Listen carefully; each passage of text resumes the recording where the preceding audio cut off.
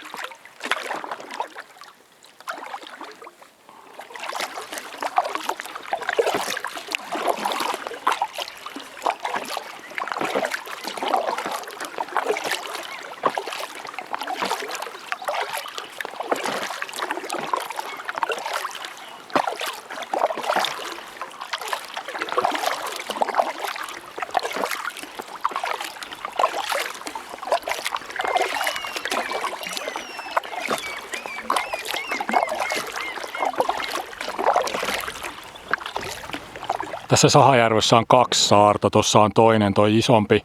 Toi ei itse asiassa kuulu kansallispuistoon, että tohonkin voisi tulla sitten ihan joka miehen oikeuksilla yöpymään, jos jostain syystä ei halua sinne toiseen, mikä on sitten tuolla järven toisessa päässä.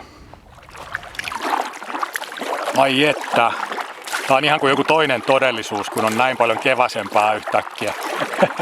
Todella kaunista. Kurkiaura lensi yli heti miten siinä kun tulin sinne järven rantaan, mutta en ehtinyt napata kameraa käteen kun ne meni jo.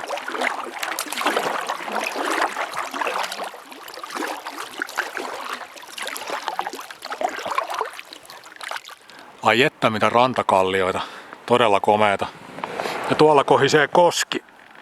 Huomenna voisi tutkia sitä sitten ja käydä noilla kallioilla tuolla ylhäällä. Tänään mä keskityn nyt enemmän leirin laittamiseen ja asettumiseen tänne. Huomenna sitten tutkitaan paikkoja. Tosi semmonen kiireetön, mukava fiilis tuli. Aurinko paistaa kauniisti ja lämpöä on semmonen joku +10 suunnilleen. Tuuli on vähän viileä kyllä. Oli tosi hyvä talvi, ei mitään valittamista, mutta kyllähän tää silti on ihan toista maata tää tämmönen, kun voi vaan näin helposti niin kuin oleilla ulkona, ei tuu kylmä. Todella mukavaa.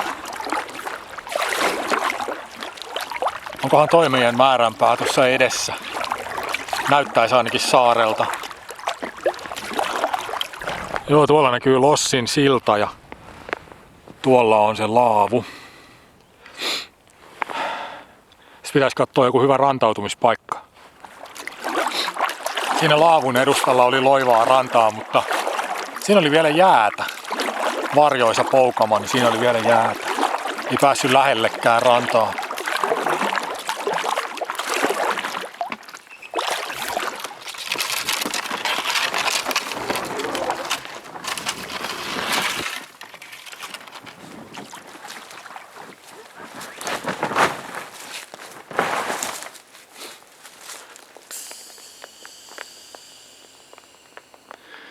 Joo, tästä Lossilaiturin vierestä löytyi sopiva rantautumispaikka. Se oli oikeastaan ainoa tossa, että kauhean tiheä ranta, mutta tossa oli semmonen kohta, että meloin keulan rannalle, heitin repun keulasta ensin ylitte maalle ja sitten könysin siitä itse pystyyn. Melaa käytin tukena, niin noihin rantapuihin sai hyvin tarrottua kiinni, että sai niistä tukea. Näin. Nyt olisi privaatti saari tässä. Ei paha, ei paha. Metsähallitus, julistan tämän saaren vallatuksi. Ei kannata lähestyä muuta kuin ruokalahjojen kanssa. Tulitikkuja tuomalla voi myös anoa rantautumislupaa. Joo, mä vedin lautan pitkälle pois tuolta rannasta, ettei se näy tonne vastarannalle ja sitten mennään katsomaan sitä laavua. Täällä on vähän tämmösiä tuulituhoja näköjään. Kai ne tulee laittamaan nää niin kuin kuntoon sitten ennen kuin lossit tulee käyttöön ja näin. Täälläkin on puu kaatuneena.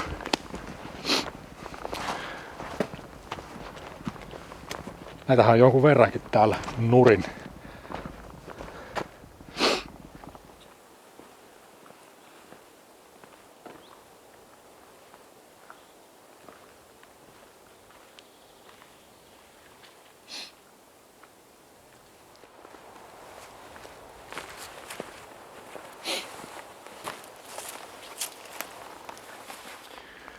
Täällä vastakkaisella rannalla olikin näköjään tuommoinen kohta, mistä on lähdetty veneellä ja mihin on rantauduttu paljon. Niin voisi tuosta lähteä lautalla sitten huomenna liikkeelle.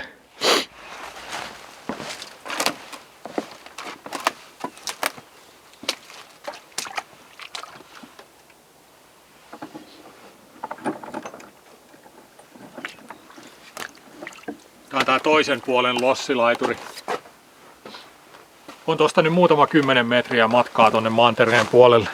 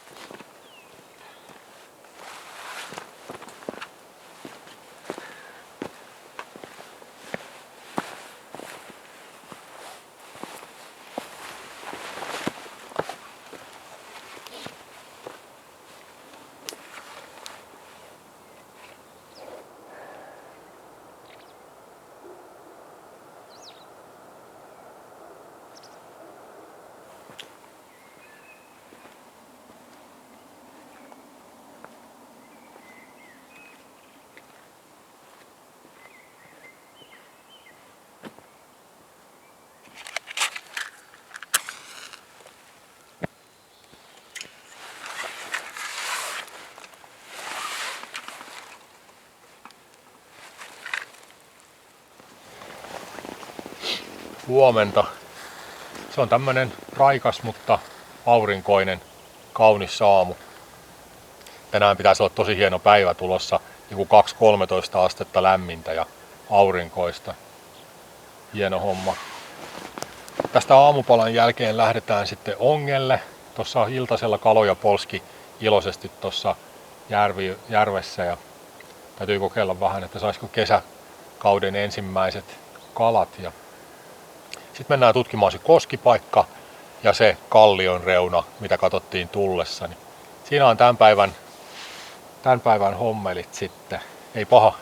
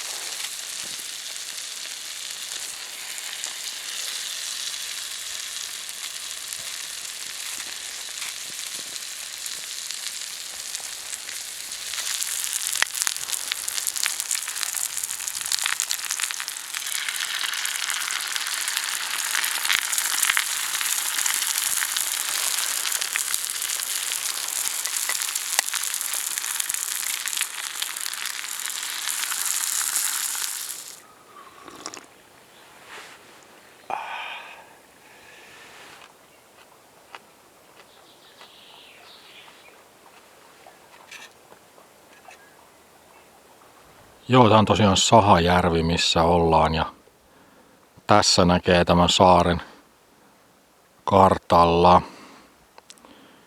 Tuon muotoinen saari. Tosta kärjestä on hieno maisema tonne isommalle selälle päin, ja mä kävin tuolla toisessa päässäkin ja siellä jatkuu vielä jonkun verran järveä myöskin. Tämä on tosiaan Kalasuntti nimeltään tämä paikka, vai onko se tämän saaren nimi vai yleisesti tämän paikan nimi tässä, mutta kumminkin. Tossa on se kallion reuna, mitä katsottiin järveltä päin ja mihin mennään kävelemään sitten. Ja tuolla on se koski. Se ei kartalla näytä niin kuin miltään, mutta kyllä sieltä aikamoinen kohina kuuluu, että pelkän äänen perusteella voisi ajatella, että siellä on niin kuin isompikin putous, mutta ei se nyt kaiken järjen mukaan ihan valtava voi kyllä olla. Se nähdään sitten kyllä. Tuossa on toi toinen saari, toi Kaniholma, mikä ei kuulu kansallispuistoon. Sinne voisi mennä toiseksi yöksi, jos haluaa, mutta eipä mulla toisaalta, kun ei täällä ole ketään muuta ja mitään, niin ei mulla ole sinänsä kauheasti mitään syytä nyt siirtää leiriä tässä. Tuolta lähdettiin liikkeelle tuosta pohjukasta tuolta.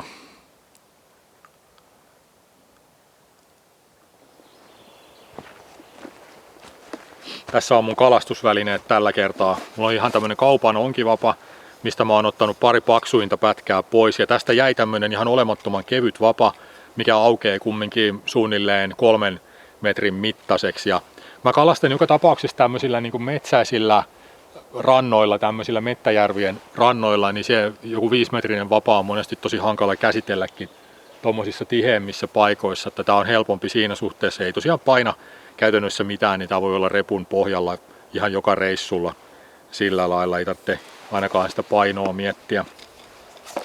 Sitten täällä tuohirasiassa mulla on nyt vain pari onkilaitetta ja pieni jiki.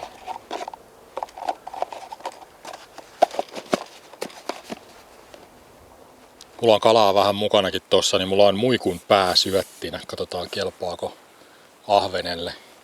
Kokeilen täältä valon puolelta ensin.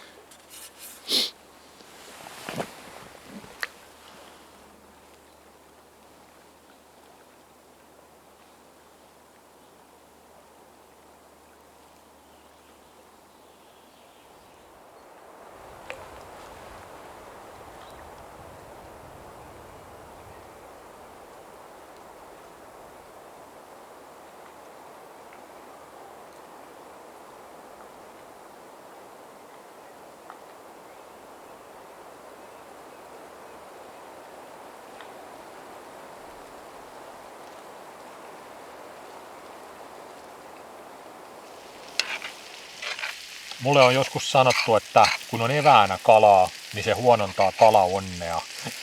Mä syön nämä muikut nyt pois tästä häiritsemästä mun kalastusta. Ja mulla on täällä porkkanaa, lanttua, palsternakkaa. Mä keitin niitä ensin hetken ja sitten pannulle kalojen kanssa ja reilusti voita. Sitten valkosipuli tuorejuustoa vielä vähän päälle.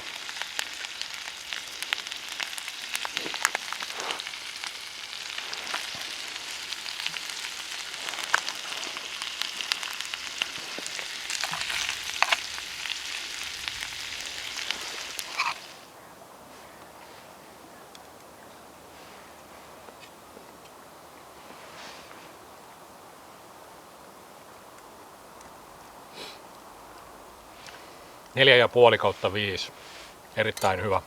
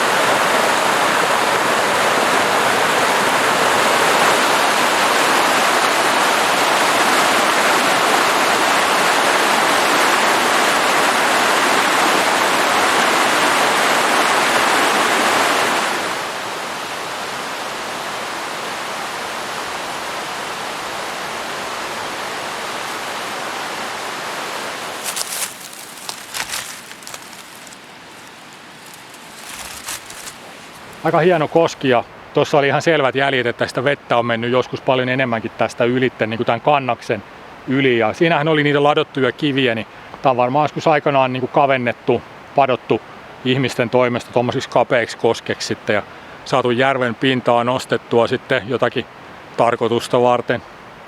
Mä ajattelin, että mä tyhjennän lautan ja otan sen mukaan, niin ei mun tarvitse palata tähän sitten, niin voidaan kävellä se koko kallion reuna tuolla, jos siellä on mukava kulkea. Ja mulla on sattumalta toi lautan täyttöpussi mukana tuolla penkin alla, niin voi tehdä sillä lailla, että mä en ollut varsinaisesti suunnitellut sillä lailla, että mä kannan lautan ja melan tuolta kallion yli. Jotenkin kuvittelisin, että täältä päästä tuota kalliota menisi polku sinne ylös, mutta kartan mukaan ei ainakaan kyllä mene, mutta kyllä tuosta jyrkänteiden välistä tuosta niin pääsee varmasti nousemaan tonne, mutta ja luulisi, että siellä on jotain vanhoja polkuja tuolla maastossa kyllä, mitä ei sitten taas karttoihin on merkattu.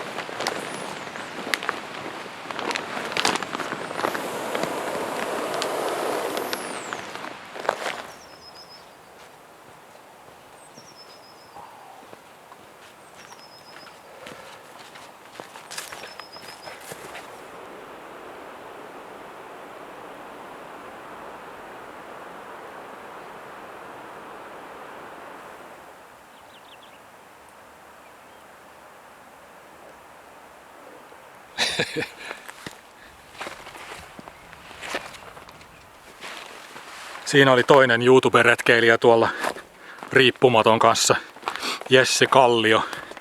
Tuli juteltua pitkät pätkät. Aurinko jo laskee täällä. Onpahan hienon näköistä.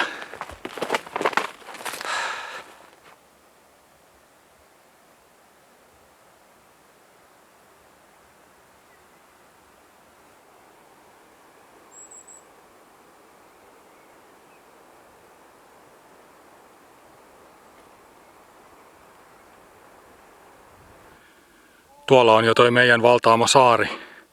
Vielä kun sais lautan vesille jostain ja pääsis sinne.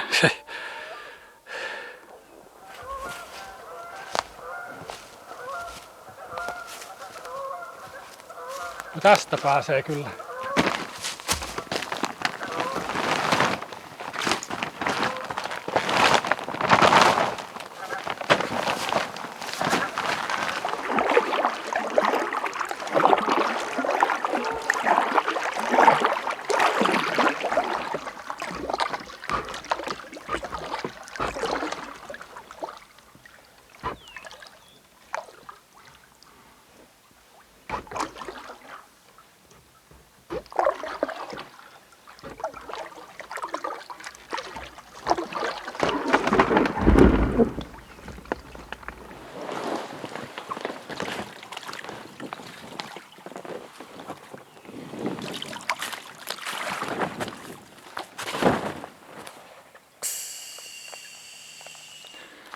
Täällä näyttäisi kaikki olevan ihan ok.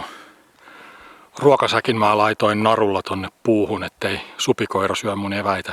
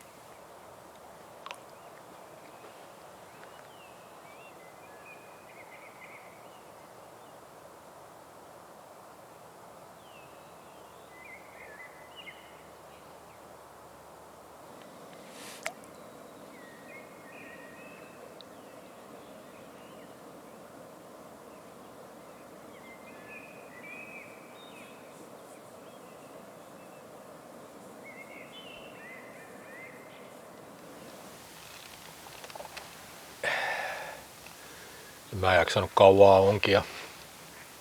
Tulin keittämään vielä iltakahvit ja pitää ehkä tehdä jotakin pientä purtavaa vielä ennen nukkumaan menoa. Nopeasti kyllä viilenee ilta auringonlaskun jälkeen, että nyt on 3 astetta vaan lämmintä. Täysin tyyntä kyllä, että tuuli ei ole nyt ainakaan viilentämässä.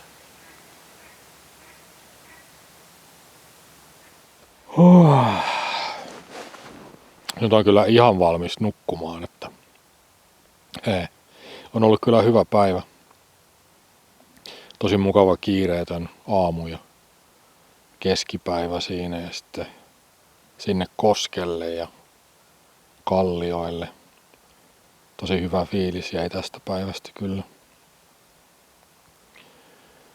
Huomenna ei ole mikään kiirus lähteä poispäin, että varmaan tulee sitä aamupäivää siinä kanssa vietettyä ihan rauhassa. Mutta se on sitten huomisen asia. Nyt ei varmaan muuta. Hyvää yötä ja huomenna jatketaan.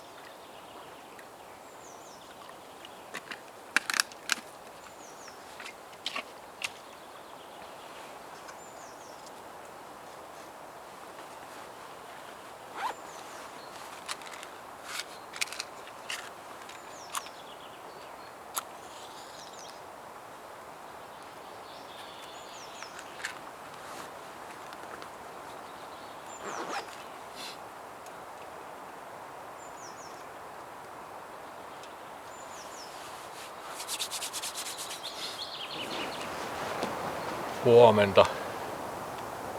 Mä heräsin ensin oikeitten ihmisten aikaan joskus ennen 7, mutta nukahdin vielä uudestaan ja tuossa 9 aikaan sitten heräsin paremmin. Jalat oli kylmät läpi yön, että mä tein eilen sen virheen, kun oli jo sen verran lämmin iltapäivä, että hiosti tosi paljon nämä kumpparit ja ei tullut tuuletettua jalkoja välissä, niin oli vielä illallakin ihan hikiset sukat ja sitten oli kosteutta tietysti jaloissa, niin ei ne niinku lämmennyt sitten yön aikana. Ei se mitään haittaa, seusia tulee välillä.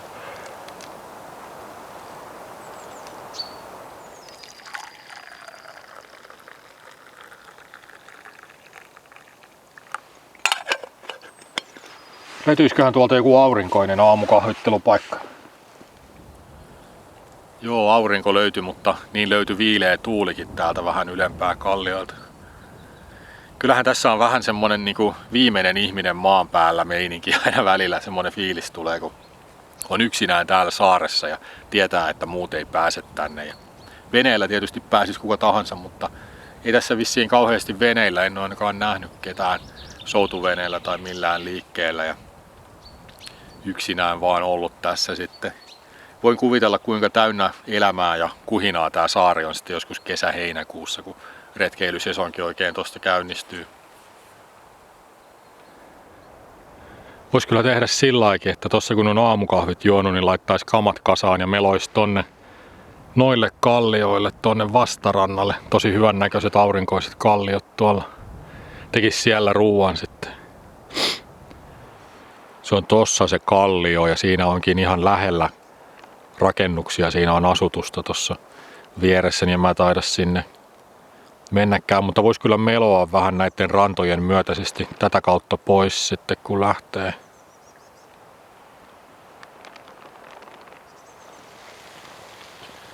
Täällä olisi tämmönen brunssiruoka valmistumassa. Mulla on tässä niitä samoja juureksia, eli porkkanaa, lanttua, palsternakkaa, sipulia, sitten maustamattomia kanasuikaleita. Sitten mä laitoin reilusti karria, valkopippuria jonkun verran ja sitten valkosipuli tuorejuustoa. Loput siitä laitoin tähän. Voita on tietysti reilusti tässä niin kuin paistamisessa käytetty.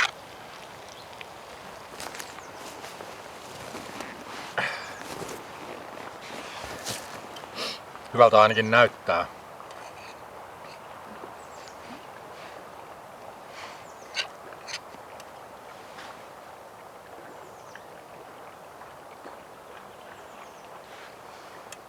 Ihan hyvä. Valkopippuri antaa semmoisen pienen potkun tohon. Se on kyllä hyvä mauste. Ihan hiljattain vasta oppinut käyttämään sitä.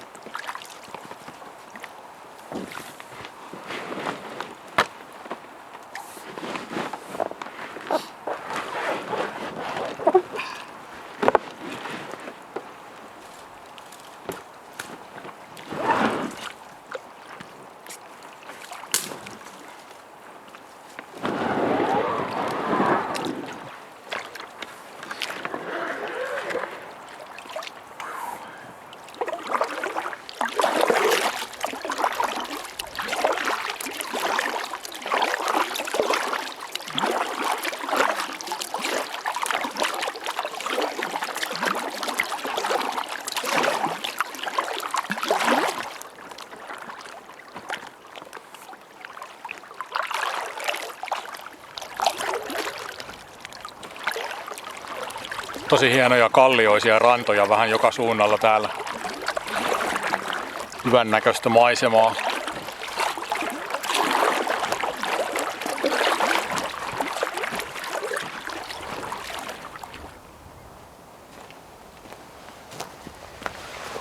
Joo, mä rantauduin jo parisataa metriä ennen sitä lähtöpaikkaa. Se on tuolla. Tässä oli niin täydellisen loiva ranta ja paikallisten veneen laskupaikka tässä, niin tosta oli niin hyvä tulla rantaan, että hyödynsin sen. Kyllähän tämmönen uuteen kevääseen heräävä luonto on jotain ihan uskomatonta sit aina talven jälkeen. Että nytkin oli tosi hyvä talvi, ei mitään valittamista siinä, mutta sitten kuitenkin se, kun aurinko paistaa pitkälle iltaan ja lintujen äänet palaa sinne metsään ja näkee monenlaisia lintuja tossa. Ja onhan se jotain ihan muuta sitten taas, että niinku tulee semmoinen tunne, että se niinku elämä on palannut tänne pimeeseen Pohjolaan. Että tosi hienoa aikaa aina. Kesän mittaan siihen sitten tottuu, että aurinko paistaa koko ajan ja sillä lailla ei sitä enää niin ajattele, mutta nyt tämmöisillä niin kuin ensimmäisillä kevätreissuilla aina ihan ihmeissään, niin kuin, että niin joo, että tämmöistä tää niin kuin olikin. Tää reissu alkaa olla päätöksessä. Mä kiitän seurasta. Mä oon nähnyt taas paljon lisää Teijon kansallispuistosta ja Sahajärvestä.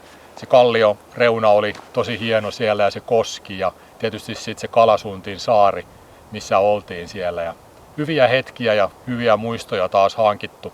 Mä lähden nyt kotia päin. Seuraavassa videossa jatketaan. Morjens!